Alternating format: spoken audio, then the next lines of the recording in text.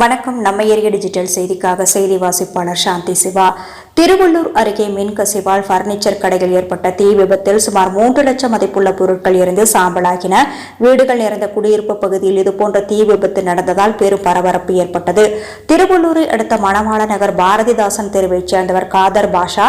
இவர் அதே பகுதியில் சோபா, மெத்தை, சேர்கள் ஆகியவை புதிதாக தயாரித்து விற்பனை செய்வதும், பழைய பொருட்கள் கொண்டு வந்தால் அதை சீரமைத்து தரும் பணியை மேற்கொண்டு வந்தார். இந்த நிலையில் இன்று பிற்பகல் 3 மணி அளவில் மெத்தை ஒன்று தைத்துக் கொண்டிருந்த போது திடீரென கடையில் ஏற்பட்ட மின்கசிவு காரணமாக அங்கு போட்டு வைக்கப்பட்டிருந்த பஞ்சில் தீப்பற்றி பெரும் விபத்து ஏற்பட்டது. இதுகுறித்து உடனடியாக தீயணைப்பு துறையினருக்கும் காவல்துறையினருக்கும் தகவல் தெரிவிக்கப்பட்டது.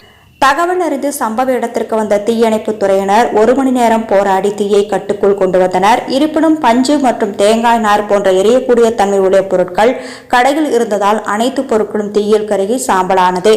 இதனால் சுமார் 3 லட்சம் மதிப்புள்ள பொருட்கள் கருகி போனதாக உரிமையாளர் பாஷா தெரிவித்துள்ளார். பின்னர் காதர் பாஷா கொடுத்த புகாரின் பேரில் மணவாள நகர் போலீசார் வழக்கு பதிவு செய்து விசாரித்து வருகின்றனர். சுற்றி வீடுகள் உள்ள குறுகலான தெருவில் பட்டப்பகலில் இதுபோன்ற தீ விபத்து நடந்ததால் அப்பகுதியில் பெரும் பரபரப்பு ஏற்பட்டது. இச்செய்தி குறித்து உங்களது விமர்சனங்களை நம்ம ஏரியா டிஜிட்டல் செய்தி வரவேற்கிறது. நம்ம ஏரியா டிஜிட்டல் செய்தியை சப்ஸ்கிரைப் பண்ணுங்க, லைக் பண்ணுங்க, கமெண்ட் பண்ணுங்க, ஷேர் பண்ணுங்க.